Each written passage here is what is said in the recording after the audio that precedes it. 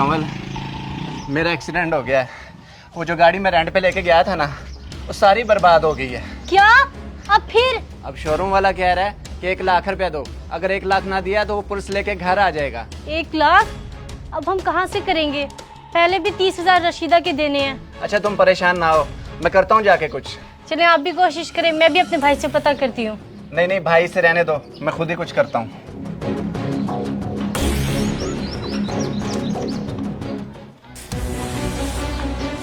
बेगम, ये पूरे 2 लाख रुपए हैं, संभाल के रखो, किसी को पता ना चले।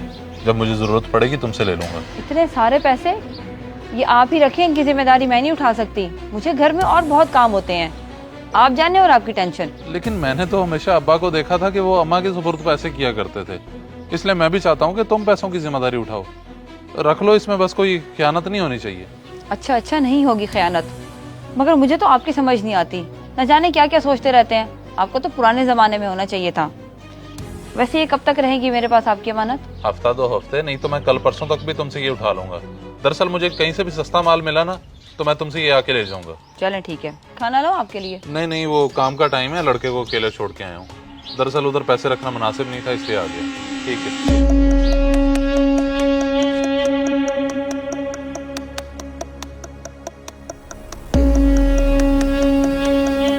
हाँ भी सिराज, सब खैरियत है? और कोई आया गया? जी सेठ साहब, सब खैरियत है, बस कुछ कस्टमर आए थे और अपना अहमद सेलमैन आया था, वो कह रहा था मुझसे रब्ता कर लेना। अच्छा चलो, मैं बात कर लूंगा। शहजाद भाई कहाँ हैं? शहजाद तो अभी स्टोर पर गए हैं कुछ देर पहले। क्या हुआ है कमल बाजी, आप क्यों इतनी परेशान हैं? सब खैर तो है ना? क्या बताऊँ निम्रा भाभी, काफी परेशानी बन गई है। आसिफ ने कार ली थी रेंट पे, उसका एक्सीडेंट हो गया है। अल्लाह पाक का शुक्र है आसिफ को तो कुछ नहीं हुआ, मगर कार का काफी नुकसान हो गया है। अब रेंट वाला अपना नुकसान पूरा करने के लिए 1 लाख रुपया मांग रहा है। ओहो, इतना बड़ा नुकसान 1 लाख रुपए का?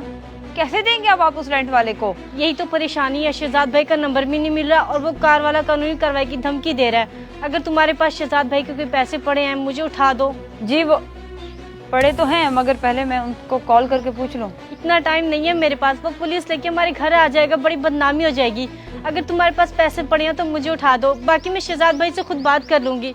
भाभी आपका बड़ा एहसान होगा। अच्छा मैं आपको उठा देती हूँ। असल में शहजाद ने आज ही अमानत के तौर पे मेरे पास रखवाए थे, उनको पता चल गया तो वो बहुत नाराज होंगे। आप प्लीज आसिफ भाई से कहकर जल्दी वापस कर दीजिएगा। ठीक है, तुम फिक्र ना करो, आसिफ को बता दूंगी कि जल्दी वापस करने हैं। वैसे वो भी कोशिश कर रहा है, बाकी शहजाद भाई की टेंशन तुम ना लो, बस अब जल्दी से पैसे दे दो। अच्छा ठीक है, आप आए, मैं आपको उठा देती हूँ।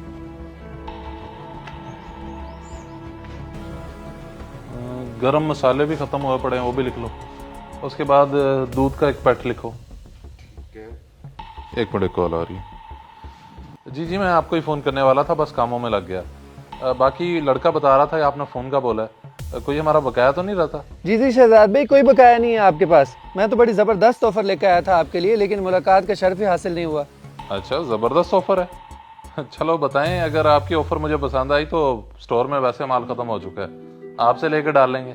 मेरी ऑफर रिजेक्ट नहीं कर पाएंगे आप। 50% का ऑफ है। 4 लाख रुपए का माल उठाएं, 2 लाख रुपए अभी दे दें और 2 लाख रुपए 2 महीने के बाद दे दें। क्यों, खैर तो है, क्या वजह? और ये ऑफर सिर्फ मेरे लिए है या बाकी सबके लिए भी है? सिर्फ और सिर्फ आप जैसे दुकानदारों के लिए हैं जो हिसाब किताब के बड़े ही साफ हैं। दरअसल कंपनी भी यही चाहती है उन लोगों को माल दें जो लोग परेशान नहीं करते। चलें ठीक है, फिर आप ऐसे करें, घंटे तक आ जाएं, मैं ये ऑर्डर लिस्ट भी बनवा लेता हूँ और पैसों का इंतजाम भी कर लेता हूँ। जी ठीक है, मैं घंटे तक आता हूँ आपके पास। ठीक है जी, अल्लाह हाफिज। जल्दी से वो लिस्ट बनाओ, उधर आ जाओ। एक तो मुझे तुम्हारी समझ नहीं आती कि तुम इतनी जल्दबाजी क्यों करती हो। मैंने तुम्हें मना भी किया था कि भाई के घर पैसे लेने नहीं जाना, फिर भी तुम चली गई उन्हें परेशान करने। वो आपने कहा था ना कि पुलिस लेके घर आ जाएंगे, तो मैं इसलिए चली गई और निम्रा भाभी से शहजाद भाई के पैसे ले आई। मेरी तौबा, जो आज के बाद मैं तुम्हें कोई बात बता दूं, अगर पुलिस आ भी जाती तो मैंने कौन सा कोई गुनाह किया था। अब तो बात रफा दफा भी हो गई। मतलब रफा दफा हो गई, यानी अब कोई टेंशन नहीं है। चलो शुक्र है अल्लाह का, मगर अब इन पैसों का क्या करूं? अजीब बेवकूफों वाली बात कर रही हो। पैसों का क्या करूं? जाओ उनको वापस करके आओ। अच्छा मैं जाती हूँ अभी वापस करने। ये कैसा मजाक है निम्रा? मैंने तुम्हें अमानत के तौर पे पैसे दिए थे और तुमने पूरा 1 लाख रुपए गायब कर दिया। मुझे बताओ कहाँ है पैसे? बोलो, जवाब दो। मेरे पास इतना फालतू का वक्त नहीं है। मैंने सामान ऑर्डर किया था और बंदा पैसों का इंतजार कर रहा है स्टोर पे बैठा। मुझे पैसे दो। लगता है तुमने किसी अपने यार को दे दिए। किसके साथ चल रहा है तुम्हारा चक्कर? शहजाद भाई ये क्या बोल रहे हैं आप? खैर तो है, अपनी बीवी के लिए इस तरह की घटिया बात कौन करता है? भाभी से पैसे मैं लेके गई थी, ये ले पूरे 1 लाख रुपए आपके। तुम लेके गई हो तो तुम मुझसे भी मांग सकती थी, इससे क्यों लिए? अगर चलो मांग ही लिए थे तो इसने मुझसे क्यों नहीं पूछा? भाई वो आसिफ से रेंट की कार का एक्सीडेंट हो गया था तो उसके पैसे भरने थे।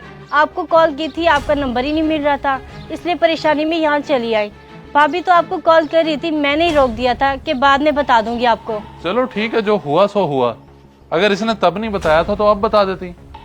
हाँ भाई, तुमने क्यों नहीं बताया कि मेरी बहन पैसे लेके गई हुई है? मैं बहुत डर गई थी क्योंकि मैंने कभी आपको इतना गुस्से में नहीं देखा था, और मैंने तो आपको पहले ही कहा था कि पैसों की जिम्मेदारी मुझे मत दे, मुझसे नहीं संभाले जाएंगे। देखिए भाई, आपको पहले समझना चाहिए था, फिर भाभी के ऊपर गुस्सा करते आप। इसका मतलब ये थोड़ी कि कुछ भी बोल देंगे। तुमने सुना ना अभी इन्होंने क्या कहा है? अच्छा, मुझसे गलती होगी, माफ कर दो। आइंदा ऐसे नहीं होता। माफ कर दो। माफ किया। चलो मैं चलता हूँ, मुझे जरा जल्दी है, स्टोर पे जाना है। उसको दो कमल को कुछ खाने के लिए। आता हूँ घंटे तक। आ जाओ कमल।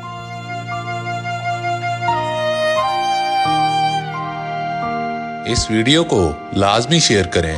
हो सकता है आपकी वजह से कोई राह रास्त